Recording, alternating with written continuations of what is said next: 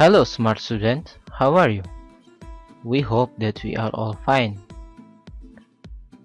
Halo, semua siswa-siswa yang sedang belajar di rumah. Bagaimana kabarnya? Kita berharap semua yang sedang belajar di rumah dalam keadaan sehat ya. Selalu patuhi protokol kesehatan selama pandemi, yaitu dengan melakukan 3M.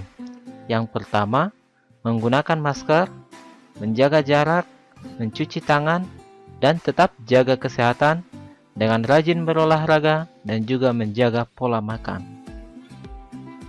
Okay, smart student. In this time, we shall study English as long as 30 minutes. Pada saat ini, kita akan belajar bahasa Inggris selama 30 menit bersama saya, Binawan Purba, in English Learning Series. Sebelum kita memulai pelajaran kita, let us pray first based on our age religion. Pray begin. Pray finish. Pada pertemuan kali ini, kita akan mempelajari materi bahasa Inggris, so prepare yourself. Silakan dipersiapkan semua peralatannya ya, baik buku dan alat tulismu. And let us start it now. Mari kita mulai sekarang. In our daily life, there are many things around us. When we are at school, at home, and another place.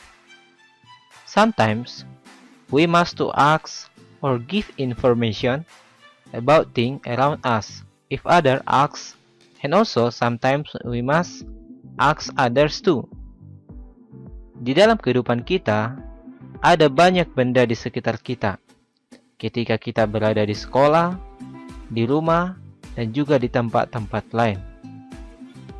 Terkadang kita harus memberikan informasi tentang benda yang ada di sekitar kita. Jika seseorang menanya, dan terkadang juga kita akan memberikan informasi kepada mereka. Do you want to ask or give information about things, animal, and public place around us? Apakah kamu ingin memberikan informasi atau meminta informasi tentang benda, hewan, atau tempat umum di sekitar kita? But how? Dan bagaimana? Bagaimana cara pengucapannya dalam bahasa Inggris? So, now let us continue to learn it. Nah, sekarang kita akan lanjutkan pelajarannya ya. Jadi perhatikan. Now, let us look at the picture. What things that can see in this classroom? Sekarang kita perhatikan dulu gambar ini. Apa benda yang bisa kita lihat di dalam kelas ini? Maybe you can see 1. There is a clock on the wall. There are 2 books on the table. There is a teacher's table in front of the classroom. Nah, masih banyak benda yang bisa kita lihat di sekitar ini. Tetapi, bagaimana cara pengucapannya dengan baik? Kita akan pelajari pada saat ini. In this time, there is an interesting lesson that we shall learn that concern to give and ask information about things around us, namely preposition. Nah, pada saat ini, ada satu pelajaran yang menarik yang akan kita pelajari, yang berhubungan dengan memberi dan meminta informasi tentang keberadaan benda di sekitar kita, yaitu preposition. Well, smart students, our topic at this time is preposition. What is preposition? Apa itu preposition? Preposition is the word that used to give information about position of things, time, and place.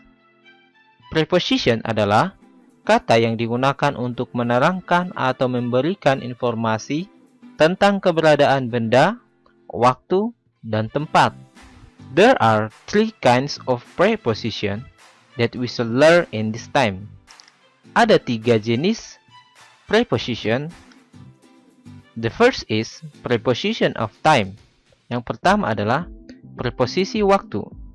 The second is preposition of place. Yang kedua adalah preposisi tempat. The third is preposition of direction. Yang ketiga adalah preposisi petunjuk atau arah. Oke, kita akan membahas tentang preposition of place. Nah, what's the meaning of preposition of place? Preposition of place used to tell the position of noun and pronouns. Apa itu preposition of place? Preposition of place adalah kata yang digunakan untuk menunjukkan atau memberikan informasi tentang posisi atau keberadaan suatu benda, baik manusia atau benda lain. Nah, dalam preposition of place ini ada beberapa kata atau preposisi yang akan kita pelajari. So, let us pay attention to this word. Jadi, perhatikan baik-baik ya. Yang pertama adalah on dan above. Kenapa saya buat berpasangan seperti ini? On dan above dalam pengertiannya di bahasa Indonesia memiliki arti yang sama, yaitu di atas. Nah, sekarang kita lihat apa perbedaan on dan above. Baik, coba kita perhatikan gambar berikut. Pengertian daripada on, menurut gambar ini, bahwa bola dengan boxnya bersentuhan langsung atau berada tepat di atas boxnya. Jadi bola itu berada di atas box. The ball on the box. Ya.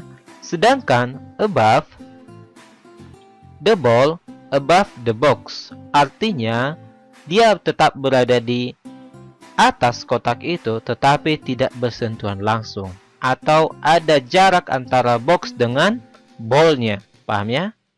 Jadi perbedaan antara on dengan above adalah yang on tadi bola dan boxnya bersentuhan langsung, sedangkan above bola dengan boxnya tidak bersentuhan langsung. Baik, yang kedua,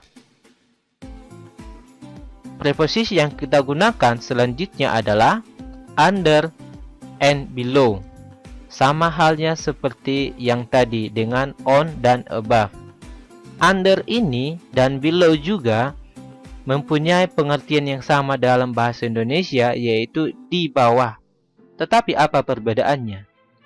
Under itu menerangkan the ball under the box. Bola itu berada di bawah boxnya. Artinya antara box dengan bola tidak memiliki jarak atau bersentuhan langsung. Nah, sedangkan below antara box dengan ball itu tidak bersentuhan langsung, tetapi berada di bawah box. Nah, itu pengertian under dan below. Oke, preposition berikutnya yang kita gunakan adalah behind the box. Kata behind di dalam bahasa Indonesia artinya di belakang. Jadi, karena bolanya berada di belakang boxnya, maka kita gunakan the ball behind the box. Pengertian behind di dalam bahasa Indonesia adalah di belakang. Nah, selanjutnya in the box.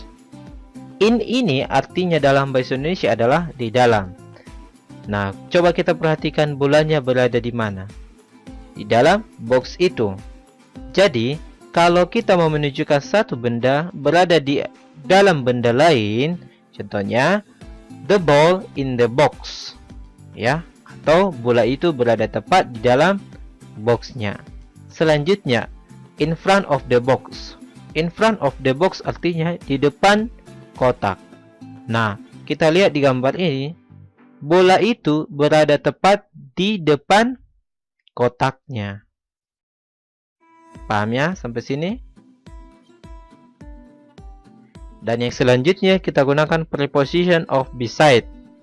Beside itu artinya di samping. Nah, kita lihat gambarnya. Bola itu berada di samping kotak. Jadi kita bisa memberikan informasi tentang bola ini, yaitu the ball beside the box. Bola itu berada di samping box.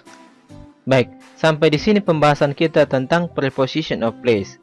Jadi kita sudah tahu cara menunjukkan, memberikan informasi tentang keberadaan atau posisi suatu benda yang mungkin orang lain cari atau kita mau menunjukkan posisi daripada benda atau memberikan informasi kepada yang lain. Between ini artinya di antara dua benda. Jadi kalau kita bertanya, where is the post office? The post office between the police station and bank. Ya, kalau kita bertanya, di mana itu post office? Kita bisa menjelaskan, the post office, kantor pos itu berada di antara kantor polisi dan juga bank. Bagaimana dengan emang? Nah, emang ini di antara tiga benda. Itulah pengertian between dan among. Sekarang beside dan next to. Nah, kalau kita sekilas melihat, pengertian beside dan next to ini hampir sama. Tetapi perbedaannya adalah kalau beside itu, contohnya kita mau memberikan informasi tentang suatu bangunan. Contohnya, ada beberapa bangunan di sini berjejer. Ada bank, post office, dan juga police station. Nah, untuk menerangkan, seandainya ditanya, where is the post office? Maka kita bisa mengatakan, the post office next to the bank. Artinya, post office itu berada tepat di sebelah kanannya bank. Sedangkan kalau beside, where is the police station? Police station beside the bank. Dia masih ada di samping bank itu, tetapi tidak tepat berada tepat di samping daripada bank. Okay, smart students, I hope you enjoy the lesson today and we have learned something about preposition and public place, preposition and place. And I am Binaun Purba, have to say goodbye and thanks for watching and have a nice day. Bye.